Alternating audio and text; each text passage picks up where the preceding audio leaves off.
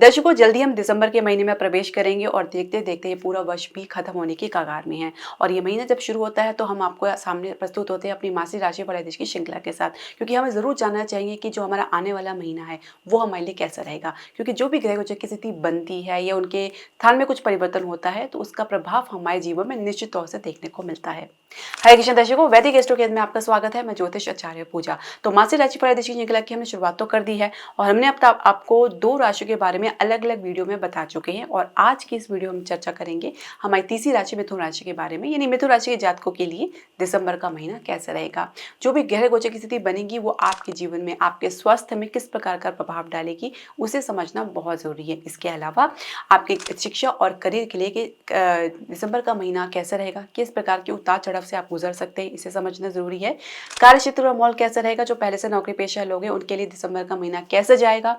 इसके अलावा व्यवसायिक बिजनेस के लिए किस प्रकार के नए निवेश के अवसर बनेंगे या पुराने प्रोजेक्ट से ही कुछ लाभ आपको देखने को मिलेगा। साथ ही आपके प्रेम संबंध की चर्चा करेंगे, वो कैसा रहेगा दिसंबर के महीने में, किस प्रकार की कुछ परिवर्तन आपको देखने को मिलेगा, ये स्थिति जस की तस बनी रह सकती है। विवाहित दंपत्ति के लिए कैसा रहेगा, क्या संतान प्राप्ति का सुयोग बनेगा, तो इसे हमें समझेंगे। साथ ही कुछ ज्योतिष प्रामाणिक उपाय जो बहुत ही आसान होते हैं और आप आसानी से कर सकते हैं, अफोर्डेबल होते हैं, तो वीडियो के अंत तक जरूर बने रहें। तो मिथुन राशि के जातक अपनी जन्म राशि या लगन के अनुसार देख सकते हैं जो ग्रह गोचर की स्थिति बनने जा रही है वो इस प्रकार है। लग्नेश बुध आपके सूर्य के साथ छठे भाव में वृश्चिक राशि में गोचर कर रहे हैं, जहाँ पे चंद्रमा भी अपनी गोचर की शुरुआत करने जा रहे हैं। सप्तम भाव में शुक्र गोचर कर रहे हैं धनु राशि में, शनि आपके नवम भाव भाग्य स्थान में अपनी राशि कुंभ राशि में गोचर कर रहे हैं, राहु आपके दशम स्थान में मीन राशि में गोचर कर रहे हैं और केतु आपके चतुर्थ भाव में कन्या राशि में गोचर कर रहे हैं। बृहस्पति आपके द्वादश भाव में वृषभ राशि में गोचर कर रहे हैं, यहाँ पे बृहस्पति जो है वक्री अवस्था में है। साथ ही मंगल आपके द्वितीय भाव में कर्क राशि में गोचर कर रहे हैं, यहाँ पे मंगल जो है नीच अवस्था में है। आप कुछ परिवर्तन देखेंगे, जैसे कि 2 दिसंबर को शुक्र जो है आपके मकर राशि में प्रवेश कर जाएंगे, यानी अष्टम भाव में प्रवेश कर जाएंगे। मंगल 7 दिसंबर को वक्री अवस्था में आ जाएंगे द्वितीय भाव में गोचर करते हुए। सूर्य जो है 13 दिसंबर को धनु राशि में प्रवेश कर जाएंगे, यानी आपके सप्तम भाव में प्रवेश कर जाएंगे। बुध 16 दिसंबर को मार्गी हो जाएंगे। अभी जो बुध है वो वक्री अवस्था में है, तो 16 दिसंबर को बुध मार्गी हो जाएंगे। इसके अलावा शुक्र जो है 28 दिसंबर को कुंभ राशि यानी आपके भाग्य स्थान में प्रवेश कर जाएंगे। तो ये ग्रह गोचर की स्थिति बनने जा रही है दिसंबर में। अब जो इसका प्रभाव आपके जीवन में देखने को मिलेगा उसका विश्लेषण हम आपके सामने जरूर प्रस्तुत करेंगे, लेकिन शुरुआत करने से पहले मैं आपसे एक निवेदन करना चाहूंगी कि आप हमारे चैनल को सब्सक्राइब करें, बेल नोटिफिकेशन जरूर प्रेस करें। इसके अलावा आप हमारे चैनल को लाइक और शेयर जरूर करें। तो स्वास्थ्य की यदि हम शुरुआत करें तो देखिए, लग्नेश आपके अभी वक्री अवस्था में छठे भाव में सूर्य और चंद्रमा के साथ गोचर कर रहे हैं, तो कुछ छोटी मोटी समस्या उतार चढ़ाव देख सकते हैं, जैसे स्किन से रिलेटेड प्रॉब्लम, इरिटेशन या कुछ मामूली इन्फेक्शन देख सकते हैं, घबराहट अचानक या कुछ नर्वसनेस देख सकते हैं। साथ ही कुछ इम्यूनिटी पे भी अपने अच्छे से ध्यान रखें, क्योंकि कमजोरी देखी जा सकती है। खान पान को उचित रखें। मंगल आपके द्वितीय भाव में गोचर करें नीच अवस्था में, तो कहीं ना कहीं खान पान में कुछ गड़बड़ी की वजह से भी कुछ अन्य समस्या देखी जा सकती है। कुछ क्रोध की अधिकता भी देखी जा सकती है, जहाँ पे आप अपनी बात को सही ढंग से व्यक्त नहीं कर पाने की वजह से भी एक चिड़चिड़ापन, एक झुंझुलाहट आपके भीतर देखी जा सकती है। कुल मिला के कुछ छोटी मोटी समस्या तो है ये। साथ ही जो हृदय के मरीज हैं तो अपना विशेष ध्यान रखें, क्योंकि केतु लंबे समय से आपके चतुर्भाव में गोचर कर रहे हैं और आपकी जो राहु है आपके दशम भाव में गोचर कर रहे हैं और चतुर्देश आपके लग्नेश भी है तो वो छठे भाव में गोचर करें, तो कुछ उतार चढ़ाव जरूर आपको देखने को मिल सकता है। खासकर जो हृदय के मरीज है, चेस्ट कंजेशन है या लंग से रिलेटेड प्रॉब्लम है, कुछ इससे रिलेटेड इन्फेक्शन है, कुछ इस प्रकार की समस्या देखी जा सकती है। तो आप अपना विशेष ध्यान रखें, अच्छे से स्ट्रेस से दूर रहें और तनाव से जितना दूर रहेंगे उतना ही आप अपने स्वास्थ्य में लाभ प्राप्त करेंगे, क्योंकि कहीं ना कहीं घर से लेकर आपके पर्सनल लाइफ से लेकर कुछ ना कुछ तनाव आपके जीवन में बना हुआ है और ये आप तनाव आपके फ्रस्ट्रेशन के रूप में, आपके गुस्से के रूप में, क्रोध के रूप में, आवेग के रूप में बाहर निकल रहा है, तो जिसका असर आपके स्वास्थ्य में भी निश्चित तौर से देखने को मिल रहा है। इसके अलावा अगर हम बात करें तो आप जो बृहस्पति आपके द्वादश भाव में वक्री अवस्था में गोचर करें, जो आपके सप्तमेश भी है और दशमेश भी है, तो कहीं ना कहीं इनका प्रभाव आपके जीवन में थोड़ा बहुत देखने को जरूर मिल सकता है, क्योंकि बृहस्पति जीव कारक ग्रह है और जब शुभ ग्रह जो वक्री अवस्था में होते हैं और अशुभ स्थान में होते हैं तो कहीं ना कहीं रिकवरी में थोड़ा सा विलंब देखने को मिलता है या कुछ सुस्तीपन देखा जा सकता है, ढीलापन देखा जा सकता है, तो रिलीफ मिलने में, राहत मिलने में थोड़ा समय लग सकता है या कुछ कम राहत आपको देखने को मिल सकता है। लेकिन कुल मिला के कुछ छोटी-मोटी समस्या को छोड़े तो स्वास्थ्य के लिए दिसंबर का महीना आपके लिए सामान्य रहने वाला है। अब शिक्षा करियर के लिए कैसा रहेगा? देखिए, पंचमेश शुक्र आपके सप्तम भाव में गोचर कर रहे हैं, जल्दी अष्टम भाव में प्रवेश करेंगे, कुछ ही समय के लिए करेंगे, उसके बाद ही ये 28 दिसंबर को आपके नवम भाव में प्रवेश कर जाएंगे। तो बीच का जो पीरियड रहेगा कुछ आपके लिए अवरोध का कारण बन सकता है, रुकावट का कारण बन सकता है, कुछ ब्रेक, टेम्परेरी अस्थायी ब्रेक देखने को मिल सकता है। तो कुछ जिस क्षेत्र में आप लगे हुए हैं तो कुछ उस वहाँ से हताशा, निराशा आपको देखने को मिल सकती है। तो ये टेम्परेरी है, अस्थायी है, जल्दी आप इससे बाहर भी निकलेंगे, भाग्य का सपोर्ट आपको देखने को मिलेगा। इतनी जल्दी हताश निराश होने की आपको आवश्यकता नहीं है। हालांकि मंगल जो है नीच अवस्था में द्वितीय भाव में गोचर कर रहे हैं, उनकी दृष्टि आपके पंचम भाव में भी पड़ रही है। तो आप अपनी बात को जो भी जिस प्रकार से स्पष्टता है उसको बनाए रखें, अपनी एनर्जी को हाई रखें, सकारात्मक सोच बनाए रखें, सकारात्मक लोगों के साथ यानी पॉजिटिव लोगों के साथ ही अपनी उठना बैठना रखें, अपनी संगति रखें, क्योंकि संगति का असर ही देखा जा सकता है जो आपके मार्ग को प्रदर्शित करता है, आपके मार्ग को उजागर करते हैं, अन्यथा आपको मार्ग से भटका भी सकता है। तो एक संगति ही आपको एक अच्छी दिशा में ले जा सकती है और एक गलत दिशा में भटका सकती है। तो इसका ध्यान रखना बहुत जरूरी है, क्योंकि कहीं ना कहीं किसी मित्र की वजह से भी आप किसी गलत फहमी का शिकार हो सकते हैं, कुछ गलत फहमी के कारण ही आप अपने करियर का नुकसान पहुंचा सकते हैं। तो ये आपको सोच समझ के करना है। किसी भी प्रकार के कोई बड़ा निर्णय लेने के लिए आप अपने परिवार में अपने माता पिता की सलाह, अपने गुरु की सलाह अवश्य लें, बजाय इसके कि आप किसी दूसरे को देकर उसको डिसाइड करें। ये बिल्कुल भी सही नहीं होगा, क्योंकि हर एक व्यक्ति की जीवन धारणा जो होती है अपनी अलग पृथक पृथक होती है। तो आप किसी और को देकर अपने जीवन की जो दिशा है वो निर्धारित नहीं कर सकते हैं और ऐसा करना भी नहीं चाहिए। इसके अलावा कंपटीशन में आपको थोड़ा सा संघर्ष की स्थिति देखने को मिल सकती है। मास के अंत तक अगर हम बात करें तो अच्छा सुधार आपको जरूर देखने को मिलेगा। कैंपस प्लेसमेंट में काफी संघर्ष के बाद भी कुछ स्थिति स्पष्ट नजर नहीं आएगी, कहीं ना कहीं समझौता या एडजस्टमेंट करना पड़ रहा है, या कुछ अन्य क्षेत्र में आपको जो है ऑफर मिल रहे हैं जो आपके क्षेत्र से भिन्न हो सकते हैं। ये समस्या थोड़ी बहुत देखी जा सकती है। इसके अलावा जैसे ही आपके जो लग्नेश वक्री अवस्था से बाहर निकलेंगे तो एक तो कम्युनिकेशन गैप है, जो आपके परफॉर्मेंस में जो कम्युनिकेशन की कमी है वो भी सुधार होता नजर आएगा। दूसरी बात ये है कि आपको एक अच्छी शुरुआत देखने को मिल सकती है मध्य दिसंबर के बाद। तो आप जैसे ही आपके जो सूर्य है वो आपके सप्तम भाव में प्रवेश करेंगे जो आपके तृतीय भाव के स्वामी हैं, तो एक साहस, एक आत्मविश्वास में वृद्धि देखी जा सकती है। फिर भी आपके लग्नेश जब तक वक्री अवस्था में तब तक आपको कोई ना कोई गलतफहमी या कम्युनिकेशन गैप जरूर देखा जा सकता है। करियर की शुरुआत करने जा रहे हैं तो मध्य दिसंबर के बाद का जो समय है वो आपके लिए काफी फेवरेबल रहेगा। उसके बाद अगर आप अपनी शुरुआत करें तो कुछ सही दिशा आपको प्राप्त होगी, खासकर दिसंबर के अंत तक जब लग्नेश वक्री अवस्था से बाहर आएंगे तो स्थिति जल्दी ही आपके फेवर में बनती नजर आएगी। शुरुआत थोड़ा सा एडजस्टमेंट करने में दिक्कत आ सकती है और ये बहुत ही अस्थायी है, बहुत टेम्परेरी है, आप इससे जल्दी बाहर भी निकलेंगे। तो हताश निराश होने की आवश्यकता नहीं। शुरुआत में कुछ प्रकार का कोई भी डिसीजन, निर्णय ना ले तो बेहतर रहेगा। समय का इंतजार करें, मास के अंत का इंतजार करें, जो महत्वपूर्ण निर्णय तभी आप डिसाइड करें तो बेहतर रहेगा। तो समय लेकर अगर आप सोच विचार कर कुछ भी डिसाइड करते हैं तो वो आपके लिए कारगर साबित होते हैं, अन्यथा आप किसी जल्दबाजी में आगे किसी समस्या में पड़ सकते हैं या कुछ अवसर से चूक भी सकते हैं। तो ये भी देखा गया है, तो बहुत सावधान आप रहने की आवश्यकता है। कुल मिला के करियर के लिए मामूली से उतार चढ़ाव के बावजूद भी आपको एक स्टेबिलिटी, एक ठहराव देखने को मिलेगा। अब जो पहले से नौकरी पेशा लोग यानी कार्य क्षेत्र का माहौल, उनके लिए कैसा रहेगा? देखिए, दशमेश जो है आपके द्वादश भाव में गोचर कर रहे हैं और ये नेक्स्ट ईयर यानी 2025 तक 14 मई तक इसी भाव में रहेंगे।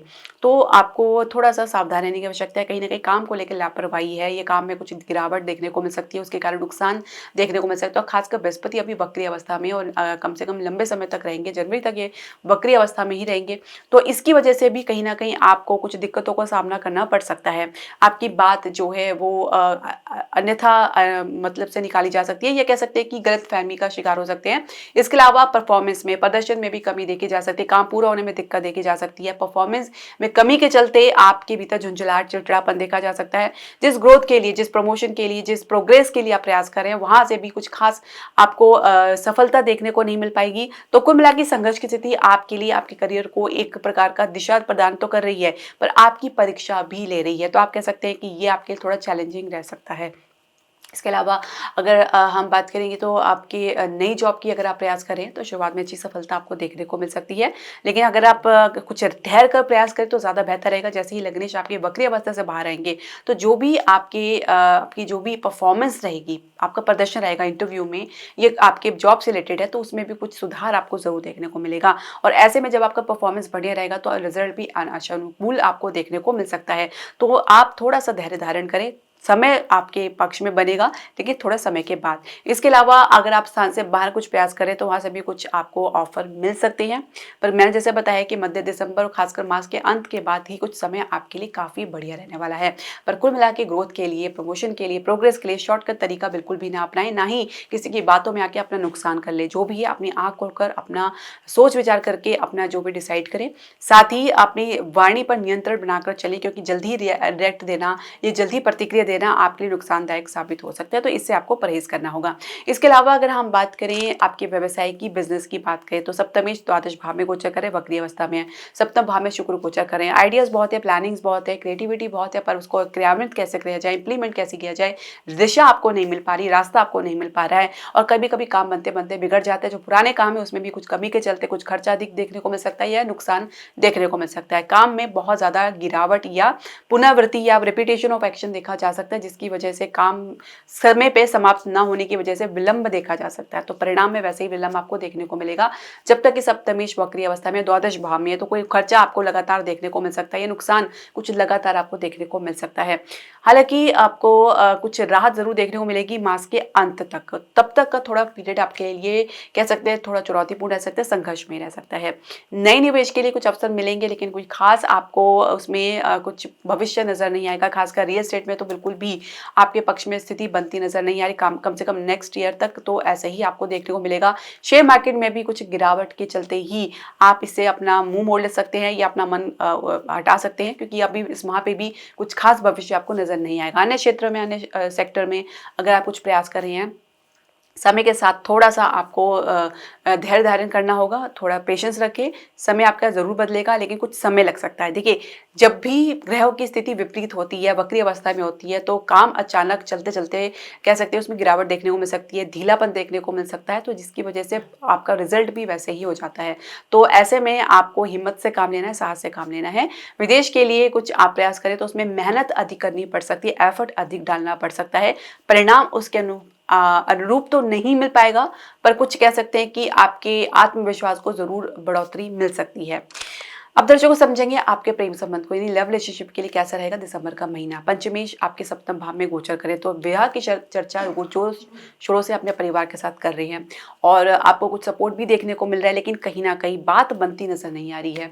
बार बार प्रयास करने के बावजूद भी जहाँ से बात शुरू होती है वहीं पर फिर पहुंच जाती है, क्योंकि आपके सप्तमेश वक्री अवस्था में द्वादश भाव में गोचर कर रहे हैं। तो फिलहाल आपको अभी कहीं से सपोर्ट तो नहीं मिल पाएगा, मिलने के बावजूद भी कुछ ना कुछ आप कह सकते हैं अवरोध या रुकावट देखने को मिल सकता है। तो जब तक आप उससे निपटते हैं तो दूसरा अवरोध या रुकावट आपको देखने को मिल सकता है। तो ये कुछ इस प्रकार की समस्या है जो थोड़ी सी लंबे समय तक आपको झेलनी पड़ सकती है। इसके अलावा आपको आपके पार्टनर के साथ थोड़ा सा संबंध में कुछ गिरावट आप देख सकती हैं। 2 दिसंबर से लेकर 28 दिसंबर के बीच तक का समय जो आप लोग के बीच में थोड़ा सावधानी पूर्वक रहें, क्योंकि ये समय आप लोग के बीच में कुछ गलतफहमी, मिसअंडरस्टैंडिंग के कारण कुछ आप लोग के बीच में डिस्टेंस या मतभेद उत्पन्न कर सकता है। तो इससे आपको सावधान रहना है, ये टेम्परेरी है। इसके अलावा जैसे ही आपके जो पंचमेश है आपके नवम भाव में भाग्य स्थान में प्रवेश करेंगे तो सब कुछ आपको पहले जैसा नॉर्मल नजर आएगा। तो इस जो टेम्परेरी सिचुएशन जब आपके जीवन में आती है, कुछ टर्न्स आते हैं आपके जीवन में, तो उसको लेकर अगर आपको निर्णय ना ले तो बेहतर रहेगा, क्योंकि भावुक होके या आवेग में आके अगर आप निर्णय लेते हैं तो बाद में आपको पछताना ही पड़ सकता है। तो समय के अनुसार चलें और थोड़ा समय देके अगर निर्णय ले तो ज़्यादा बेहतर रहेगा। विवाह की चर्चा अगर वैसे ही चल रही है तो फिलहाल संबंध फिक्स होने में थोड़ा समय लग सकता है और कई बार प्रयास करने के बाद ही कुछ बात बनती नजर आ रही है। विवाहित दंपति के लिए थोड़ा सा संघर्षमयी स्थिति रह सकती है। कहीं ना कहीं आपको आपके जीवन साथी का सपोर्ट में थोड़ी कमी देखने को मिल सकती है और जिसकी वजह से आप लोगों के बीच में कुछ तनाव या झगड़ा भी देखा जा सकता है, जहाँ पे आप और आपके जीवन साथी के बीच में कम्युनिकेशन गैप और अधिक बढ़ सकता है। ये गलतफहमी की वजह से भी ऐसा देखा जा सकता है। तो थोड़ा सा आपको आपसी कम्युनिकेशन के जरिए इसका सुधार करना पड़ सकता है, पर ज़्यादा प्रयास करने पर भी यदि कुछ स्थिति बदलती नजर नहीं आ रही तो ज़्यादा प्रयास ना करें, जस की तस छोड़ दें। अपनी तरफ से कुछ आप अत्यधिक जोर या दबाव डालने का प्रयास ना करें। अब संतान प्राप्ति के लिए शुरुआत तो थोड़ा आपके लिए फेवरेबल है, उसके बाद 28 दिसंबर के बाद का समय ही आपके लिए कुछ बेहतर स्थिति लेकर आ सकता है। तब तक ये जो कह सकते हैं मध्य दिसंबर से लेकर 28 दिसंबर के बाद का समय ये संतान प्राप्ति के लिए उपयुक्त माना गया। उससे पहले थोड़ा सा कह सकते हैं कि इतना मजबूती देखने को नहीं मिल पाएगी, कुछ कमजोर ही जो है योग बन रहा है। अब जो पहले से संतान है जिनकी, उनके लिए भी कहें तो थोड़ा संतोष भी देखने को मिलेगा, कुछ उतार चढ़ाव भी देखने को मिल सकता है, कुछ स्वास्थ्य संबंधित समस्या देखी जा सकती है, या कुछ अन्य कारण की वजह से भी आपके और आपके संतान के बीच में थोड़ा सा ऊपर नीचे देखा जा सकता है।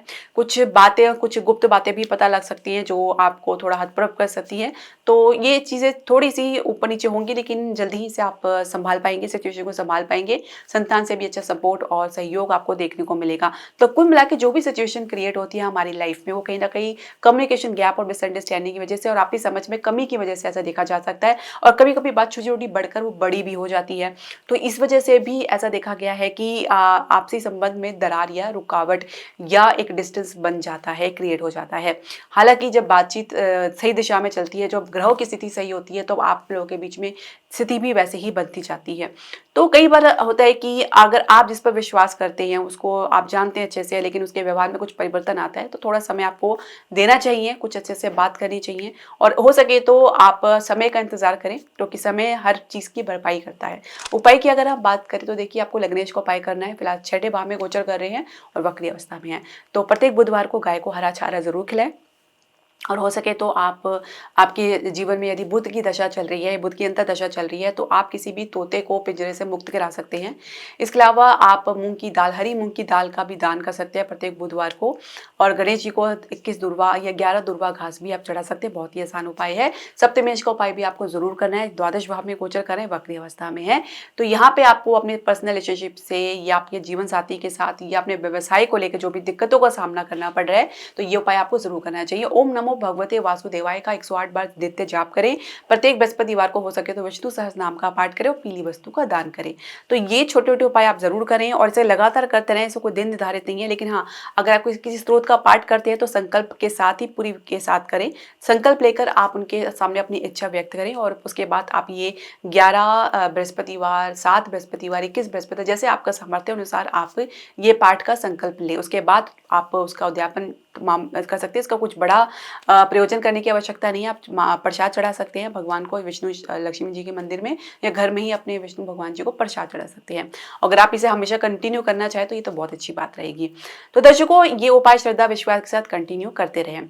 आपके जो भी प्रश्न, सजेशन या राय है, आप हमारे कमेंट बॉक्स में जरूर डालें। हरे कृष्णा।